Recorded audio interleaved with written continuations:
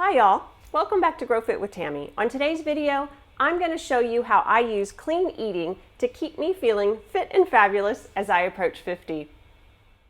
I'm sharing with you my go-to tools that I run to when life, symptoms, or my hormones start to spin out of control. And I'm going to teach you exactly what clean eating means and how you can add it to your diet in 3 easy steps.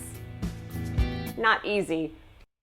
I want to be honest with you, these are not easy steps because it depends on where you're at already in your journey, on how you eat, what your lifestyle habits are. For me, these were worth doing because I wanted to feel fabulous by having sustained energy throughout my day. I didn't want to get to my 3 o'clock, 4 o'clock and start to plummet, need something, caffeine, sugar, some kind of treat to keep me going, but that sent me in a spike. You have to come down from there. So I needed a good source of foods that would keep my energy level at a nice pace all throughout my day. Having focus is also a big issue for me. I didn't want to have brain fog. Have you heard of brain fog? Have you experienced it rather?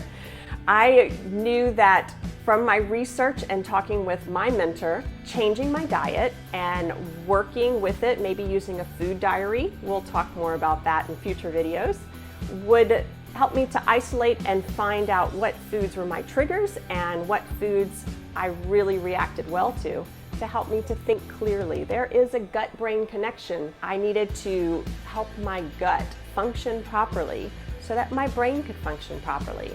A good way to do that is through clean eating. And another very valuable reason was arthritis. I began to develop arthritis in my fingers. On good days, it would just be achy when I woke up, but work itself out and I wouldn't even think about it during the day.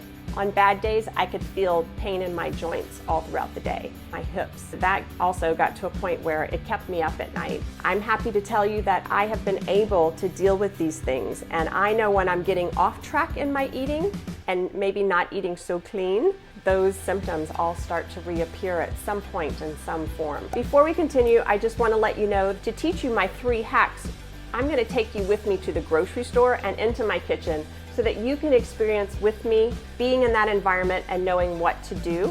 If I see someone do something, then I can say, all right, I can do this too. Who doesn't love to go shopping? Another way that we can walk this journey out together. I define a clean diet as a diet of foods that when they get on my plate, they still resemble how they looked in nature. We need to eat more close to how nature presented these foods to us. Our body then knows what to do with it. I think we know that the fresher our food is, the better it is for us. We want all the vitamins and minerals that we can get from a natural source. Another thing I want to point out is that clean eating is not a form of deprivation. I'm going to walk you through this in a way that you'll feel like I'm adding in healthy things and hopefully crowding out some of the junkier things that we shouldn't be eating. Take a potato, for instance. Our kids love to eat French fries, but when you ask them, do they know about potatoes? Could they put them side by side and would they make the connection that French fries come from a potato? Our food comes in packages, it's all ready to go. I think we should take it back to how our grandparents did it and the way they ate. They ate in a slower pace. They prepared the food. We may not always have times when I have to make easier choices and do things more quickly, but I've really worked it into my lifestyle that I can make better choices even when I'm in a hurry. So the 3 hacks I'm going to present to you, they're building blocks. They're part of these tools that I pull from my toolbox. They all work together.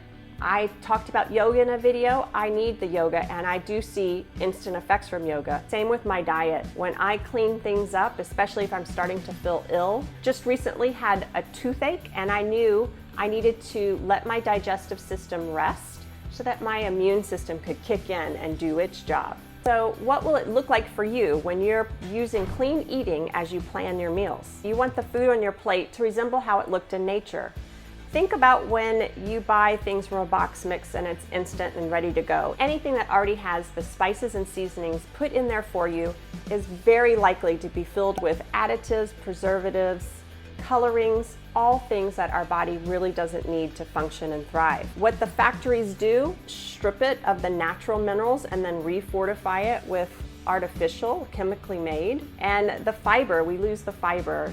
who there needs to go to the bathroom a little more quickly and easily and regularly. I'll let you know that I go at least twice a day, and when I get in the restroom, it doesn't take me long at all. That's a huge plus for me. There's no cramping when I'm eating well. There's no, okay, yucky problems. We won't talk about that anymore right now. My pantry is stocked with clean eating ingredients. My spices, I have lots of variety to keep it interesting. I can do Greek, Mediterranean, Italian, Mexican, Asian, because we live in Hong Kong.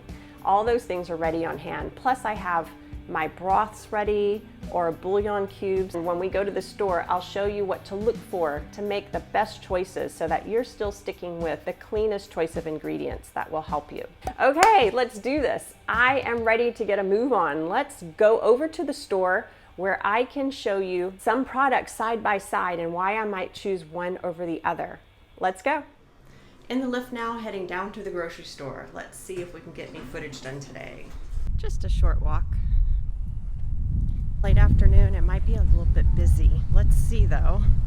Maybe I can show you a few things in and amongst other customers shopping. Down these steps. Here we are. Now that we're inside the store, I have to stop in the produce section and say the items with no ingredient list, these are the ones we want to stock up on and have plenty of on our plate and eat and enjoy all day long. Now let's move on to the dairy aisle. I want to point out the yogurt. Skip all the flavors, just go for Greek or natural, and when you get home, add something in and make it delicious. When I'm choosing my granola, the packaging, the colors might seduce me. I have to pick it up, flip it around, and read the labels. What we want to look for is ingredients. I try to stand by 5 or less. I don't always hit that with things I buy, but that is my goal. I want to know what's in there, and I don't want a lot of extras. Another thing I check for is how much sugar is in each serving, or as they measure it here, per 100 grams. Just so you know, 4 grams of sugar is equal to 1 teaspoon. Oh no, it's the bread aisle. I'm gonna close my eyes and scoot on past. Actually, it's not even a temptation. I know it's not nutrient dense, not what I need. Unless we're having a special meal that calls for it, I skip right over the bread. Again, with pasta sauce, turn it around, read the ingredients, compare 2 or 3 brands, try to get as few ingredients as possible, no hidden extras, and lower sugar content, the better. In our house, we make our own. I have tall jars of tomato sauce, and from there we add garlic, herbs. It doesn't take too much to make it delicious. The condiment aisle.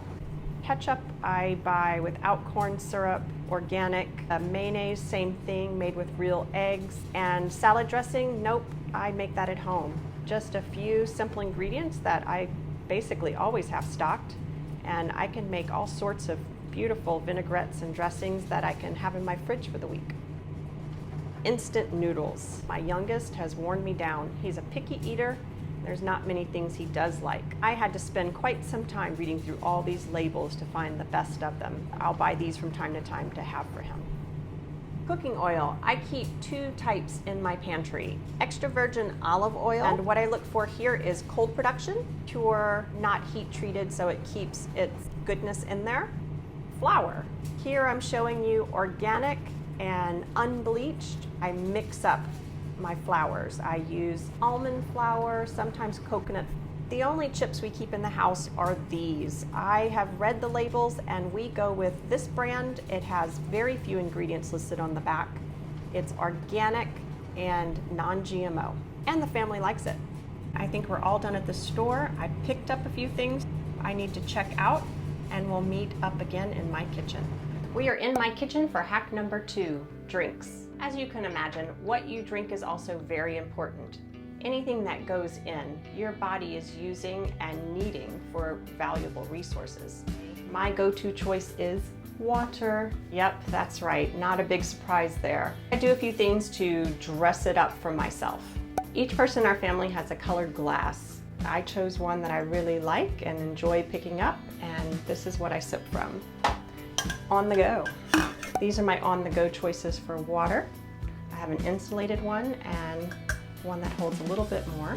And then I've got my to-go bamboo cup as well. Which leads me to another water choice.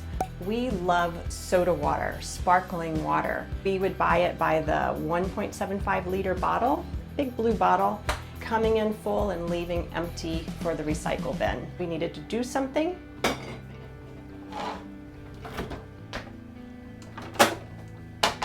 Our daughter helped us out with that problem, and she ordered for us a Soda Magic machine. We can add our own CO2 to our water that's been filtered. Here we just use a simple Brita. There are lots of options out there to get the water tasting just the way you want and get it as clean as you can afford to. I'm not going to kid you, that's not the only thing I drink. I go out for the evening, and ordering water or sparkling water will only get me so far. There's times where I'm out with friends and I want something a little more special. I enjoy a glass of red wine on occasion, and I also like gin and tonic. Tonic water, it's snuck into my diet. I hadn't looked at the label, but when I did, it's loaded with sugar. I made a switch. I did a little research, and a gin Ricky, now my drink of choice. Gin with soda water, simple fix. My taste buds quickly acclimated to it, and I enjoy it just as much. Diet sodas and drinks. Let me just say, there's nothing in my house, no packaging anywhere that says diet anything. That's one thing I just don't allow. I'd rather, in fact, if someone's gonna have a soda, have the real deal. Don't go for aspartame or any other fake sweeteners. They're just not good for you. I know these days there are some alternatives that are a little healthier. In my morning coffee, for instance, I use stevia that's been processed without alcohol, and that's my sweetener because I just cannot get used to not drinking it a little bit sweet. While we're in the kitchen, I'm moving on to hack number 3, where we talk about adding in. This is not deprivation. Clean eating can be fun, and I do it by bringing with me everything I'm gonna need to set me up for success. I pack and have ready little containers of seeds and nuts that are raw and unsalted, along with a piece of fruit and small pieces of dark chocolate, fair trade only. Having snacks prepared keeps me from making bad decisions later. That's all I have for you in this video. There's lots more to be shared. I'm happy to take you along on the journey. Tune in next Thursday for another video drop. Bye.